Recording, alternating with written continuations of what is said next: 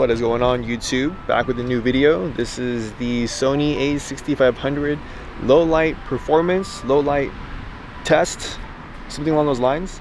I'm outside right now as I decided it's nice to get out of like the home, the office, doing these YouTube videos. So I'm at a pier, and earlier in the morning, about 4 or 5 a.m., I shot the pier area, and again, it was pretty much pitch black.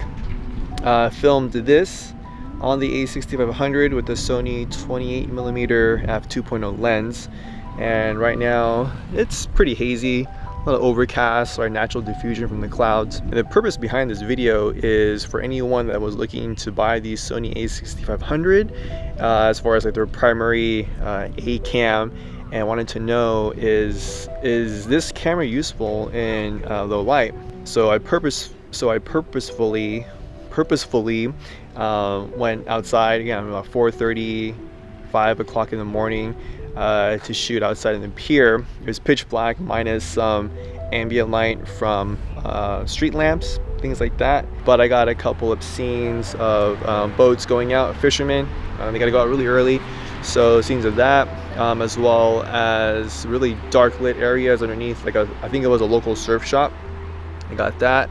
And then also ambient light from a yacht club and some of the boats just passing by. And the difficult thing is, you know, when you're purchasing a camera, especially if you're going like mirrorless or a DSLR, it's which camera do you need to use if you can only buy one camera.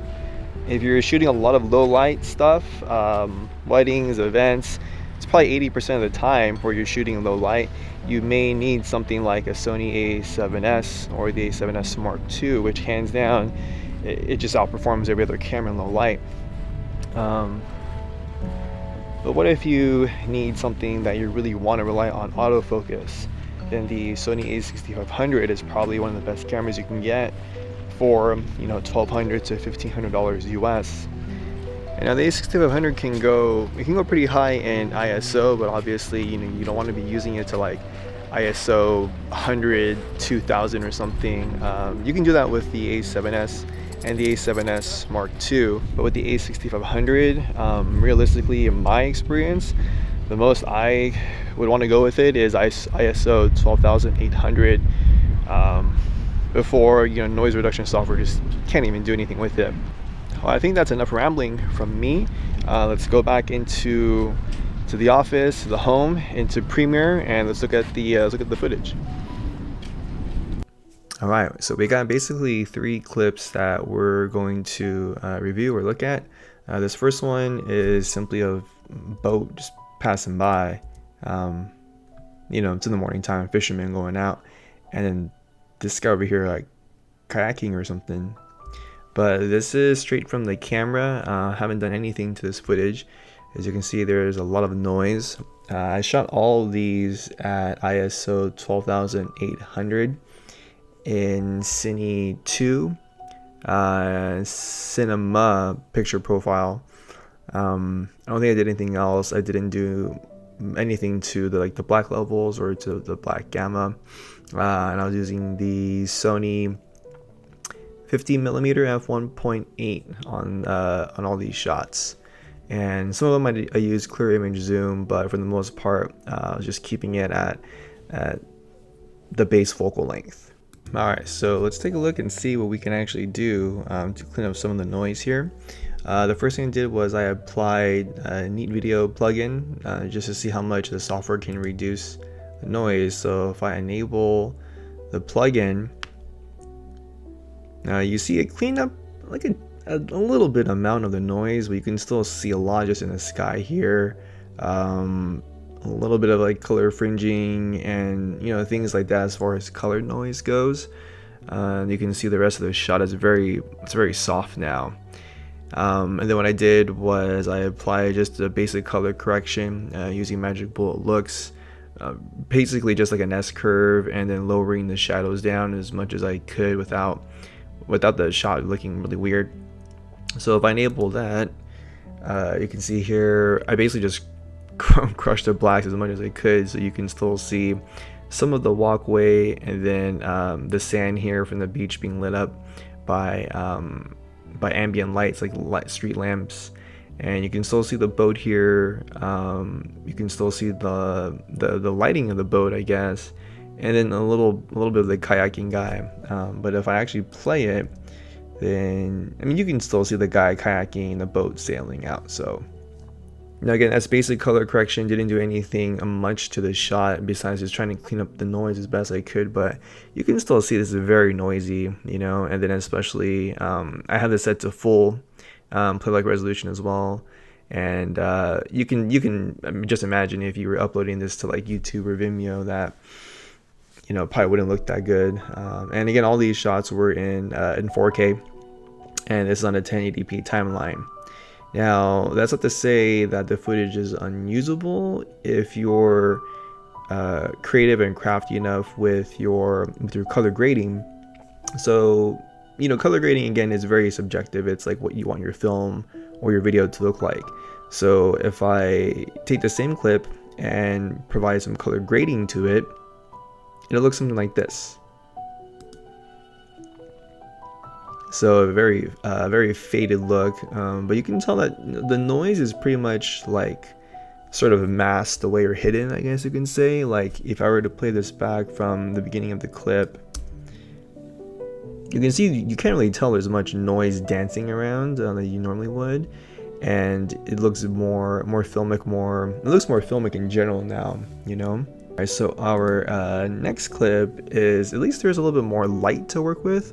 A lot of practical lights coming from like the bridge in the background here, some from the houses up top here, and I think this was probably a little bit before sunrise. So a lot more to work with. Let's enable neat video, see what happens. Alright, so you know, a little bit of a cleanup as far as in the sky here. You can see it's a bit more smoothed out. Some of the foreground is a little bit more detailed, as well as the water. Let's apply just a basic color correction to this. And so what I did was basically just, you know, just crush the blacks as much as I could. And the highlights are getting, you know, blown out for the most part from these lights. You can't really tell much detail of them, but I think it's not a big deal since you're just looking at like the scene in general. You can see that the reflection from the lamps hitting like the water just add a nice visual effect, or a nice visual appeal to the scene.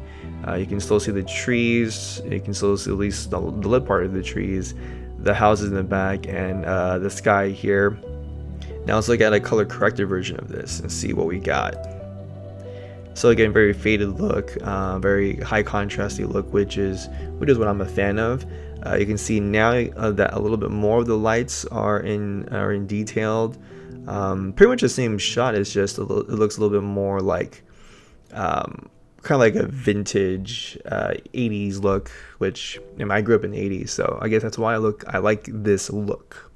So the next clip, or last clip as well too, is underneath a yacht club, which they also rent like kayaks and stuff like that.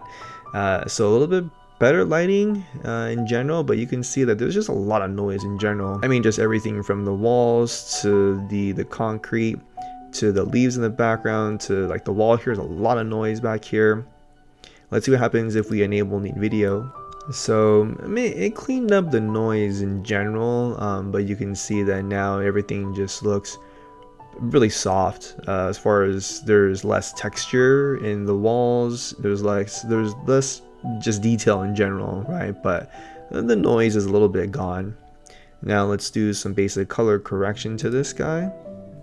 And again, same thing, just crush the blacks. That's the method that I've learned to use. There's probably some better way, but you know, yeah, I'm not working with like Hollywood video editors or color grade specialists, you know. So it's basically what I can come up with and what I've seen. But just crush the blacks as much as I could to reduce the noise.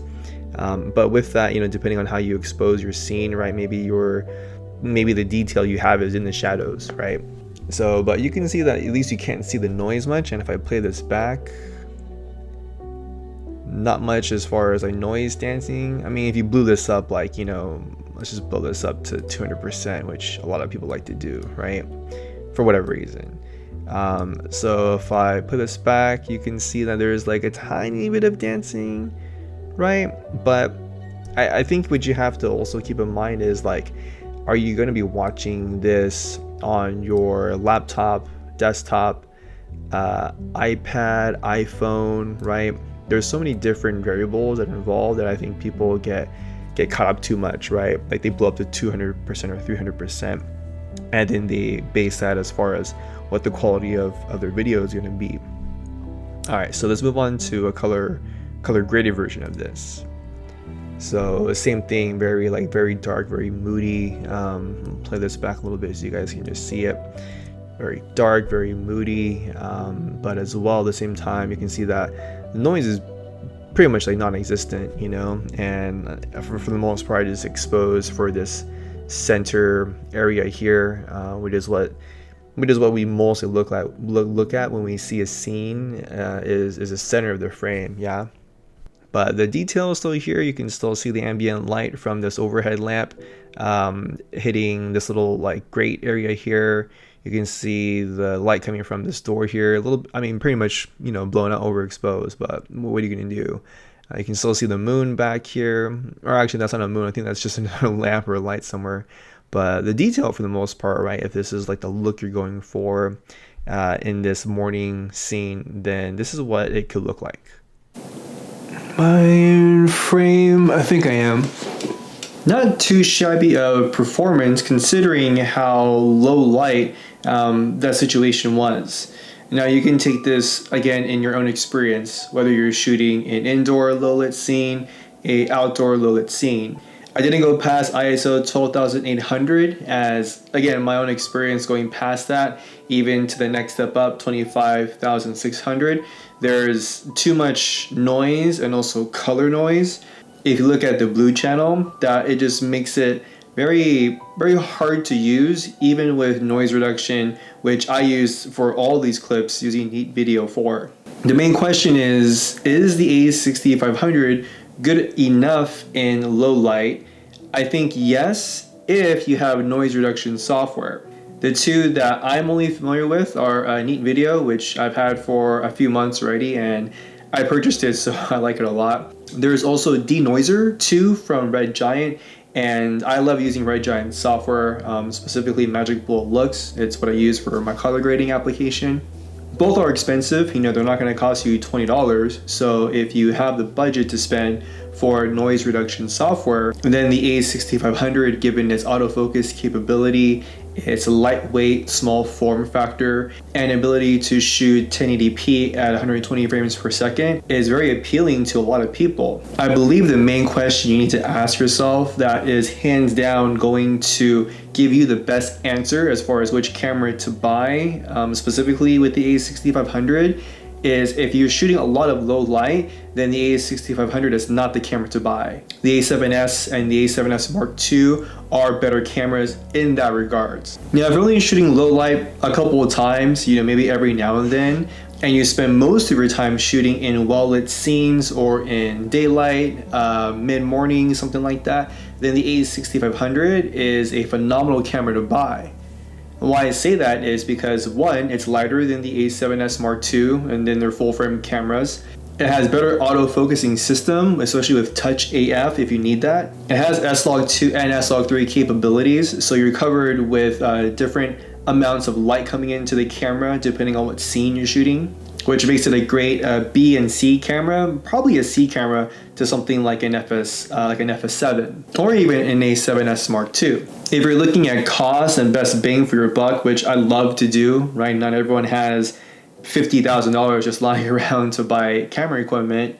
You can spend $1,400, maybe even less, $1,300 to $1,500 on an A6500. Use the $1,000 or so that you would be saving buying the A6500 for a really good quality lens. Something like the Sony A6500, which I absolutely love, that costs about $600 brand new, but you can buy used. You still have another $400 to $500 left over in case you need to get better audio equipment, maybe a better monopod / tripod. Or if you're looking at getting a gimbal such as the Xeon Crane V2, then you have that money to buy that. You don't want to be stuck in a situation where you have a beautiful camera like the A7S Mark II and have to wait, you know, 2-3 months just to buy a lens to use it. So all in all, yes, the A6500 can handle low light to a certain extent. It really depends upon what you're shooting and how many times you're going to be shooting in low light. With that said, this is my cue. This video is over. If you have any questions, comments, feedback, anything, leave a comment down below. I'll answer your guys' question ASAP. Other than that, you know my name, David Lee. I'm going to see you guys in the next video.